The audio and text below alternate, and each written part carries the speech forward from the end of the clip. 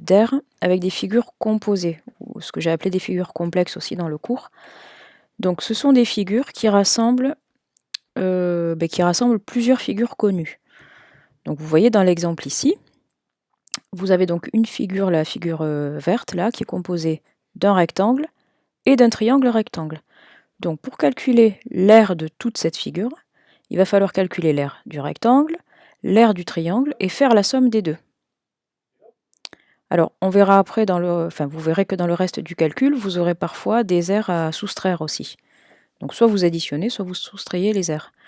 Et là, il faut faire appel aux formules qu'on a appris dans le cours. Donc pour cet exemple-là, pour calculer l'aire de ce rectangle, donc on fait longueur multipliée par largeur, autrement dit 2 cm fois 3 cm.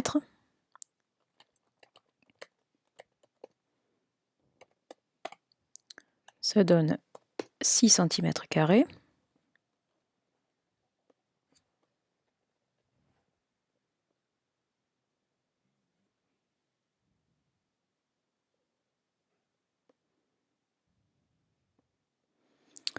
Voilà, donc ce premier calcul, ça correspond à l'aire du rectangle.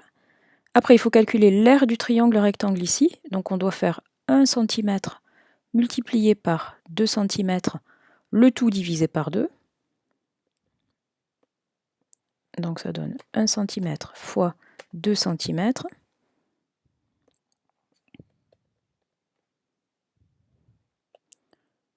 Et le tout divisé par 2, ça c'est la formule de l'aire d'un triangle, là j'invente rien.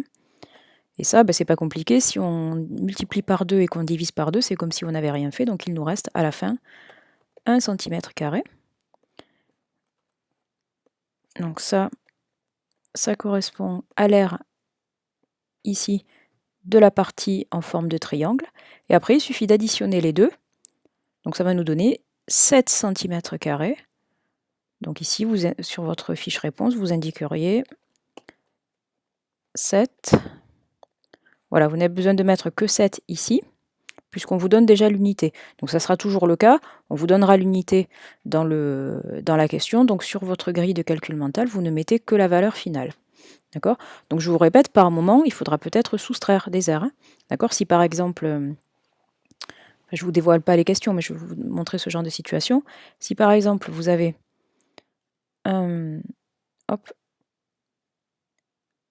si vous devez calculer l'aire uniquement de la partie qui est là, de tout ça là, tout ce qui est à l'extérieur, vous allez devoir calculer l'aire du grand rectangle, l'aire du petit rectangle et soustraire pour ne garder que l'aire du contour.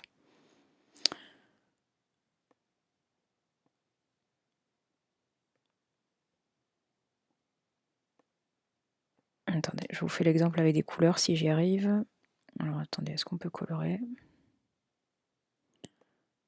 Est-ce que ça marche ça?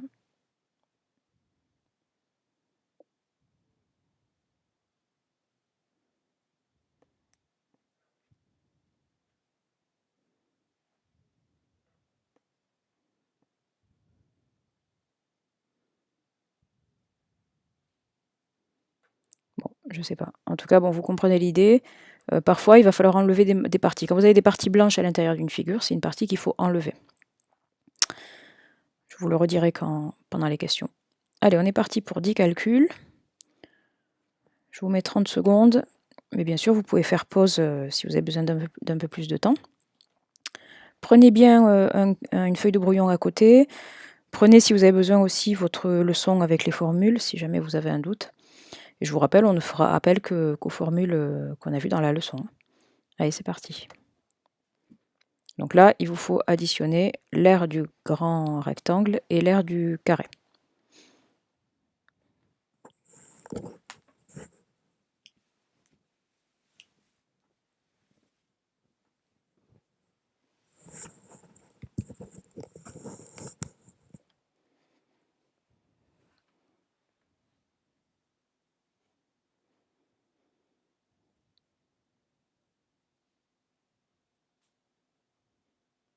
Ici, c'est comme dans l'exemple, vous devez chercher l'aire du rectangle, chercher l'aire du triangle rectangle et additionner.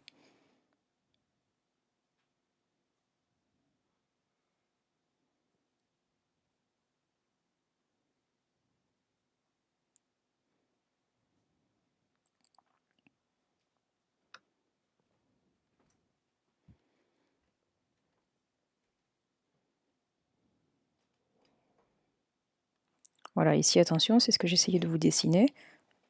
On cherche uniquement l'aire de la partie verte. Donc vous devez calculer l'aire du grand rectangle, calculer l'aire du petit rectangle blanc qui est au milieu, et faire l'aire du grand rectangle moins l'aire du petit rectangle, pour qu'il ne vous reste que l'aire de la partie verte.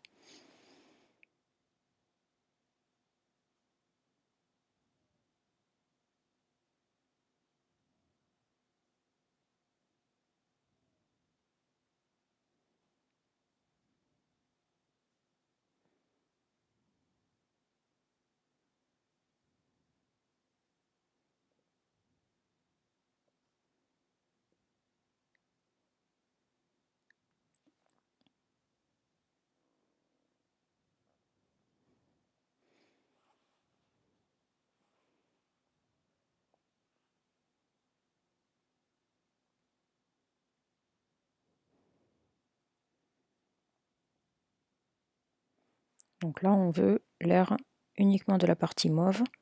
Le blanc, là, ne compte pas.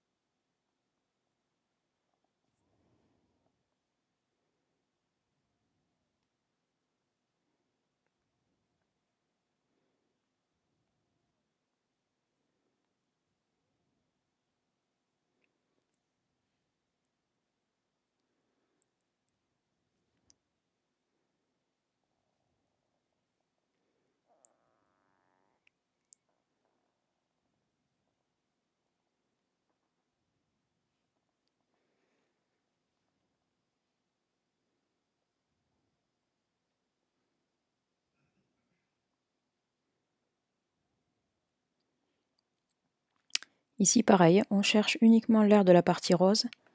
Donc vous devez calculer l'aire du grand carré, calculer l'aire du petit triangle rectangle blanc et faire l'aire du grand carré moins l'aire du petit triangle blanc.